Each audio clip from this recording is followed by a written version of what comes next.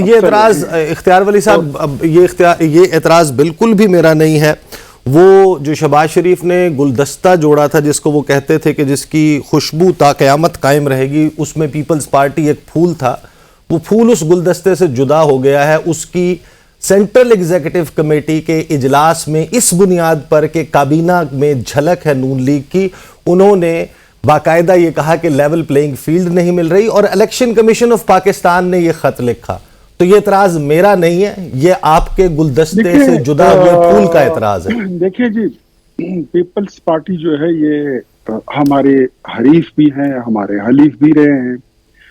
हम इस मुल्क में एक दूसरे के मुखालिफ इलेक्शन भी लड़ते रहे हैं। हमारा मुख्तलिफ नजरिया हम जमाते हैं, हम एक दूसरे का मुकाबला भी करते हैं। जमहूरियत की बात आए तो हम एक साथ एक बेस पर भी बैठते हैं।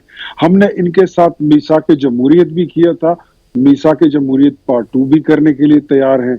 हम इनके साथ, ये हमारे साथ। लेकिन अब है इलेक्शन का दौर, इलेक्शन आने वाला है।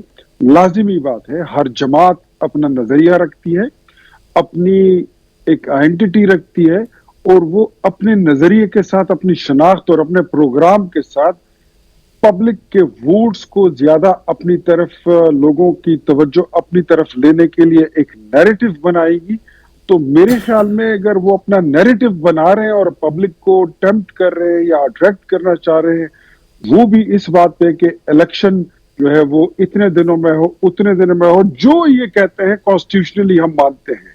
लेकिन क्या जब बात हो रही थी पंजाब के इलेक्शन की, क्या खैबर पख्तूनख्वा की असम्बली जब टूटी, पंजाब की असम्बली टूटी, तो क्या पाकिस्तान पीपल्स पार्टी ने, बिलावल भुट्टो जरदारी साहब ने ये मौकफ अपनाया था जो आज अपना रहे हैं? बिल्कुल भी नहीं।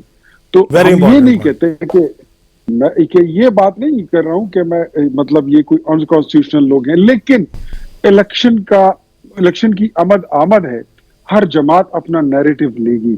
आपने देखा होगा आजकल सिराजुल हक साहब भी बहुत फ्रंट फुट पे निकले हुए हैं, वो अपना कर रहे हैं। अवामी नेशनल पार्टी को देख लें, इसी तरह आप जो लोकल पॉलिटिकल पार्टीज हैं, उन्होंने भी अपने अपने नैरेटिव्स बना लिए।